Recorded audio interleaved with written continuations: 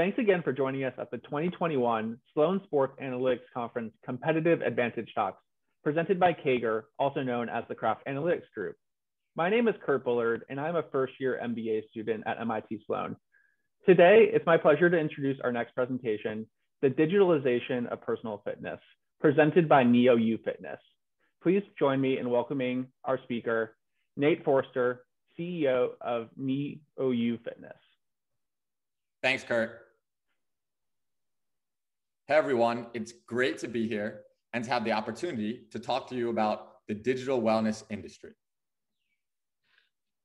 Let's take a look at what's currently happening in the industry today.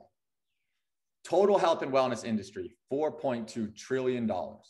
Global spend on fitness and wellness, $600 billion. Global gym members, 183 million. An estimated 20% of Americans have a membership to a gym. What this really shows is this is a big industry. I think it's growing. We know it's growing. And really what we're going to talk about is where it is today, where it's going, what's happened the last 12 months, and what we think the future is going to look like. COVID-19, everyone's favorite topic to talk about today, but it's really relevant when we talk about digital wellness. What COVID-19 has done is it's a spark plug for digital fitness. I think what happened in the first 4 weeks of the global pandemic would have taken years to get done for digital wellness in terms of awareness, adaptivity, and functionality, right? And so if you look at it, it broadened the fitness market. The evolution of fitness content really started. More people spent more time on content, how to shoot it better, how to pay more attention to it, higher definition, more engaging. Content really did turn into king. M&A landscape, right? Look at what happened with Lululemon and Mirror. If you look at Precor and Peloton, or even something really new like Mixed Fitness and Beachbody and the SPAC, the M&A landscape is huge and it's just getting bigger and bigger. The biggest companies in the world are looking to digital wellness. Apple, Amazon, Facebook, Google, even Nike and Samsung, they all have some sort of way of connecting with the consumer through wellness.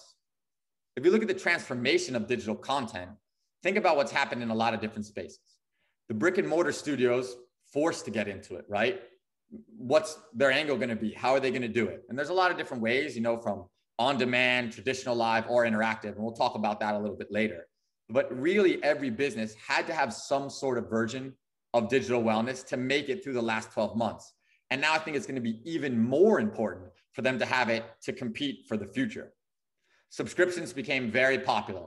And that's a really big business. If we look at the subscription business today, there's a lot of different industries that use it, and it's getting even bigger in wellness. And really COVID-19 sparked that even more, right? If you think about all the different apps that have come out and ways that you can engage and do different things in wellness, the subscription business is huge. And then it's the convenience. Digital wellness has reshaped the fitness industry in general because of convenience, because of the functionality of what you can do when you want to do it on your own schedule. We know as people grow up, have families, have kids, get jobs, the first thing that gets cut out is wellness, is fitness. And what digital wellness has done is provided a way for you to get it back. Work out on your own time when you can, make sure that it's functional. Maybe you only have 15 minutes, maybe you have 40 minutes. Maybe you can only do it at 5 a.m. or 10 p.m. Digital fitness allows you to get that going, allows you to make it a part of your life again. The pandemic pushed a massive shift to digital, and it's kind of staggering when you look at the numbers. If you think about it, the brick and mortar space has been huge for wellness, 85 billion fitness industry, but COVID crushed them. And that was because a lot of them didn't have a digital version of their business ready before the global pandemic happened. If you look to the right side here, 59% of Americans do not intend to renew their gym membership. Think about that for a second. More than half. Now, I talk about this all the time. The brick and mortar business is going to come back. The industry is going to be fine. It's going to grow. But I think what you're going to see is the combination of digital and brick and mortar. And what that means is maybe someone that went to the gym 5 days a week is only going to go to the gym 2 days a week now. And they're going to layer on their digital wellness with that so they can work out at home, fits better into their schedule, just like we talked about before. And that's really relevant. And that's why you see all these big brick and mortar players trying to figure out digital, because they don't want to lose that consumer to a Peloton or a NEOU or an Active, or maybe even a Mirror. They want to keep them. And so they have to be able to touch them with more of an omni-channel offering. And that means brick and mortar and digital. And you're going to see that in the industry for sure. If you think about some of the aftershocks that have happened from COVID, fitness equipment revenue was huge. And that's also a big hit to the brick and mortar space. Because before, if you wanted to use a treadmill or a bike or an elliptical or Stairmaster, you'd go to the gym. That's why you had your gym membership. But now everyone's buying that hardware and putting it in their homes. And there's numerous companies doing that. With like a Peloton, that's really leading the charge. And so that's another thing that the brick and mortar space is trying to figure out, and where digital is taking more and more of the footprint. And then 9 in 10 Americans who exercise regularly say they will continue with at-home workouts. Another crazy number. That means all these people that work out, that were probably going to the gym before and were forced to do stuff at home because the gyms weren't open or they were in quarantine, they like it. The flow was good. The functionality was great. The community was strong. The experience was really good. And so they're going to stick with it. They're going to stay. And that's where you're going to start to see this shift from brick and mortar to digital, because more and more people are going to say, wait a second, this works better for me. The explosion of digital fitness. And we've talked about a lot of big numbers, but health and fitness app downloads increased by 50% in the second quarter of 2020. 50% in one quarter. That's insane. It's the functionality and the optionality. It's really what drives people's lives today. And it's not just in fitness. You see it everywhere, from getting food to taking rides to going to events. Everything that you're doing, it's about the functionality and the ease and the convenience. And now digital wellness is at the top of that chart. Also, look at the infusion of capital. Since March of 2020, investors have poured more than $1 billion into digital and connected fitness companies. $1 billion, that's a big check. And what's happening is venture and growth and really these huge companies like Apple and Amazon, they're putting money into digital wellness because they know that the consumer's making time in their life for wellness, for fitness, and more of them now because of something like COVID-19. And so all of these companies want to get in on that. At least 60% of Americans do not intend to renew their gym membership. And we talked about this before, and I'm bringing it up again because I want everyone to really let that sink in. 60%. That means more than half of people that were members of an Equinox or a Crunch or LA Fitness, maybe even some of the boutiques, Soul Cycle and things like that. They're not going back. They're saying, hey, I've seen what digital wellness is, what it can do. I love doing it. It's fit into my lifestyle really well. It's so functional and it's evolving so quickly. That's the other great thing about digital wellness, is it's constantly changing every week. New classes, new talent, new trainers, a new way of engaging, a new friend that you can work out with, a new community you can be a part of. And in the brick and mortar space, that doesn't necessarily happen. So here you see again why digital is evolving so much faster than the other side of the industry. The fitness industry is digitalizing in all verticals. So there's home gym equipment. We talked about that, right? Sales through the roof. Peloton, Mirror, Tonal, Nordic Track, Nautilus, Life Fitness. Everyone's getting into the game. And that's another problem for the brick and mortar space, because all of these are now competitors. Instead of going to the gym and getting a workout and using a machine there, you can do it at home. And it's getting quite affordable, right? There's payment plans and ways to make it happen. Before, you'd say, well, I can't afford a $2,000 bike in my home. But wait a second, now it's $50 a month with no interest. What's happening is this industry is making things functional. They understand that everybody wants maybe a piece of fitness equipment in their home, and they're going to make it so that it's achievable. Fitness and wellness apps, NEOU, Apple Fitness Plus, Headspace, Calm. It's not just about workouts. It's also about meditation and sleep. And you have the biggest company in the world, Apple, launching some fitness classes that you can do on demand and potentially live. And that just shows you that Everybody wants to get in this game. Wearables and fitness trackers, one of my favorites. Apple Watch, Fitbit, a really cool new company called Whoop. Wearables are a piece of the future. What's happening is it's all about data and it's about gamification. The consumer wants to understand what they're doing and how they're getting better. What are the stats? Did I have a great day today? Did I do a lot of walking? Did I burn enough calories? Did I sleep enough?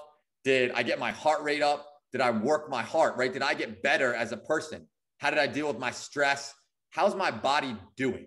And now we have technology that can tell you that. And it's just the beginning for that industry. It's going to be huge. Fitness trackers and wearables is going to be a massive space. And personally, my favorite is the interactive component. What we saw when COVID-19 started was this huge push to Zoom because trainers and gyms and influencers realized, wait a second, we can't do it in person. The next best thing is to do it on a video player where I can see them and they can see me and we can talk and we can still have this relationship. We can still engage with each other. And when you think about that, there's lots of different ways to do it. There's NEOU on NEOU, which is our interactive product. There's Instagram Live, there's Zoom, and a bunch more. But why I love it is because I always tell people that community is number one. Community is the driving factor to digital wellness. And interactive is the best way to create community. It's an amazing way that people can interact, see the instructor, invite their friends, see them on the screen, talk to them when they're working out. You can really feel like you're doing this with someone, that you're part of this community, you're a part of this process. And that's really important for user experience and engagement. And interactive is just going to grow.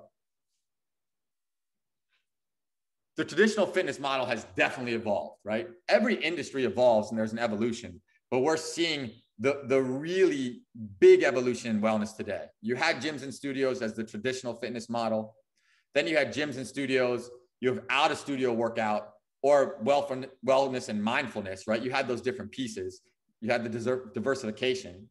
And then you had the democracy of it. You had the subscription commerce and content that really put it all together. And it delivered this convenience, this functionality that we've talked about this whole time, is that the fitness model has evolved and anybody in this space is going to have to keep up with the evolution or you're going to get left behind. To take a minute and talk about NEOU, we've been dubbed the Amazon of fitness. And what we are really relates back to what's happening in the industry. We're a marketplace where you can find hundreds of instructors and trainers from all over the world, and you can get a subscription monthly or annually, and you can do lots of different things. You can do interactive, you can do on demand, you can do traditional live. It's really just creating something really functional for everyone. And that's what NEOU is, and it stands for the new you, because we want to help people become the best version of themselves. And it's about user experience, quality of content, and like I touched before on the hardware, affordability. I want everyone to be able to afford digital wellness, and I think you're seeing that in the industry, and that's the most important. How many people can we make better? The future of fitness, what's next? We could talk about this slide all day, but I break it down into 4 different categories: technology, connectivity, community, and then health and wellness. Technology. The future of fitness is all based around technology. Wearables, tracking, hardware. It even gets to AI if we really start to look at it. But technology is going to allow the consumer to understand what's happening to them in real time and what that means. When they had a really hard workout or they had a rough day with a lot of stress, the next day they don't recover as well. Maybe they don't feel as good when they wake up. Maybe they didn't sleep as well. Technology is going to allow the consumer to see that and know that and make good decisions based on that information. Maybe I need to sleep a little bit more. Maybe I need to eat a little bit better today. And that's important because that's how people get better. That's how they grow. Connectivity. Connectivity doesn't happen without technology. Connectivity is really important because the way that you connect to devices or hardware, or even connect to trainers and friends, the connectivity has to happen for the whole system to work. And without technology, there would be no connectivity. And now you can connect anywhere on any device, anytime. Computer, right? Phone, tablet, TV. you can get fitness anywhere, wellness anywhere, and you're always connected when you talk about the wearable and the hardware and yourself.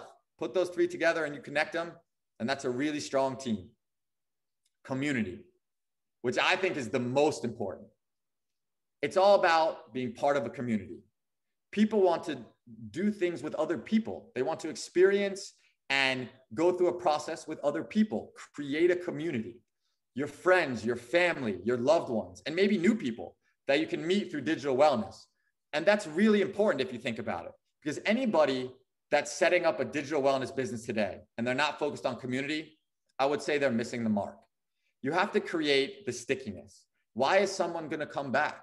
Why does someone want to get off the couch and change their clothes and mentally make the decision to feel a little bit of pain or maybe be uncomfortable or do something that they're not good at?